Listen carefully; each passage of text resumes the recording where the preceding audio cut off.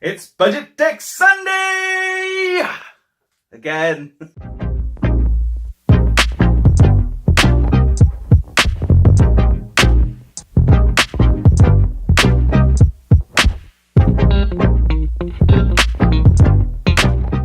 What's up, my fellow Pokemon trainers? Welcome to Geekout Industries.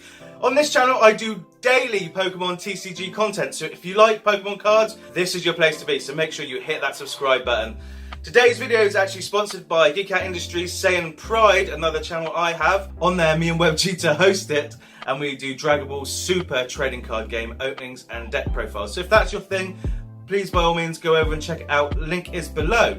If you'd like to sponsor a video just like this, have your icon in the top corner somewhere, and for me to talk about it, head over to Patreon. All the information is on the Patreon page. Right, today's deck is the most ridiculous deck I've ever built.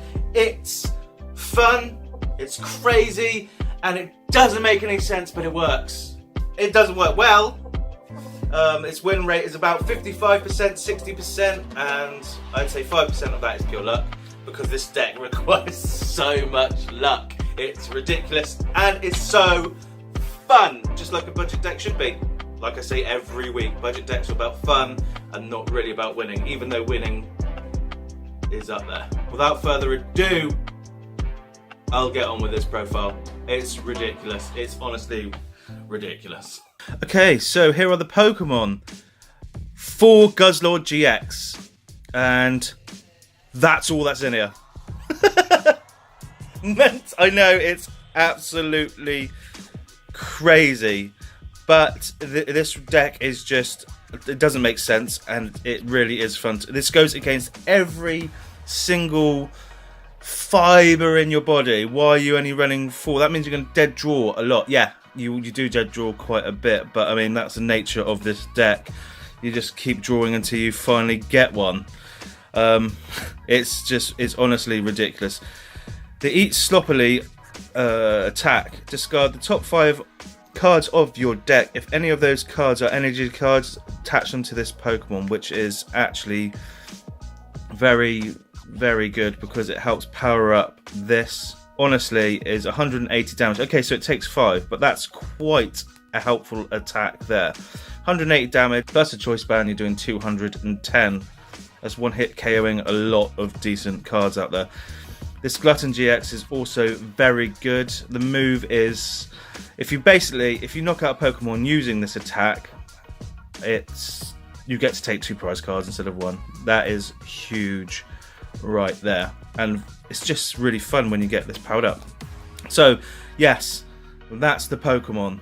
And here are the trainer cards. 2 random receivers. If you don't know what random receiver does, it basically lets you keep going through your card deck, one by one, until you find a supporter, and then you get to put that into that supporter that you find, you get to put that into your hand. So it's quite good. So I only run 2 of those. I don't really need to run Max Elixir. I possibly would run another 2 random receivers, but I did find that this was quite good to get a Guzzlord powered up on a bench, so it was ready to go if anything happened to that one or it got switched out. Does that make sense? So something bad happened to that one, got knocked out or whatever, I've got a backup there. 2 choice bands. This, in all honesty, isn't really to power up this attack. 180 is quite a lot, and it is useful to make it to that 210 mark. It's more to add a bit extra damage there to take that to 130, because then you've got more of a chance of knocking out your opponent's card and taking 2 extra prize cards. So if you're knocking out one of their GXs, you're taking 4 prize cards in one go, which is insane. Okay, so Wishful Baton. This, I only play 2 of these, and if you don't know what this is, if this is attached to that and it gets knocked out, I get to take 3 energy cards from this and place it onto so that goes into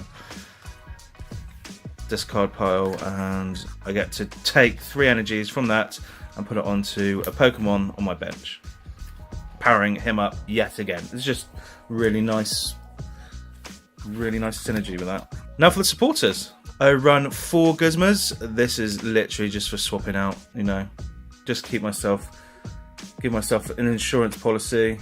Yeah, well, I don't need to explain Guzma for you, but there. I run 3 Bridgets, again, to make sure I can strike and get my Guzzlords out, because they're basic, so I can take 3 of those out, which is quite nice.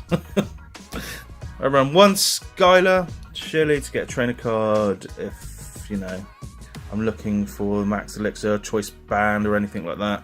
I can get it, so I run 1 of those. And lastly, I run 4 ends. And you might be thinking, why don't I run Cynthia? There's a reason behind that. Because you are dead drawing so often, your opponent's hand is going to be massive. Let's be honest, that first turn, you're probably going to dead draw 2 or 3 times until you hit one of these, possibly even more. Their hand is going to be amazing. So what do? You end it, and you literally shut down their advantage right from the start. That's the only reason I run the N instead of the Cynthia. Otherwise, I would run the Cynthia, because as you take more prize cards, the less effective at drawing this becomes. Having said that, though, with this attack, if you've got 1 out already, you can just keep powering up, and it doesn't require you to draw because you've got your draw power right there. I know you end a turn by doing that, but it just works quite well. And that is it. That is it for supporters and Pokemon. In total, there are 24 Pokemon and trainer cards. So, energies. And I run 36 dark energies. I'm not even going to go for count them all, but there are 36 there. 36 dark energies, and that is to ensure you strike the energy when you need it. For the top one, Eat Sloppily. It's just, you need it. You honestly, absolutely need it. And then you can also make sure that you're hitting it if you use your Max Elixir. But yeah, that's the profile. Right, so, like I was saying, that's the profile. It's crazy. I know, it's weird. It's really weird. When I built it, I was like, this is not going to work. And then I built it and it worked, and it was weird.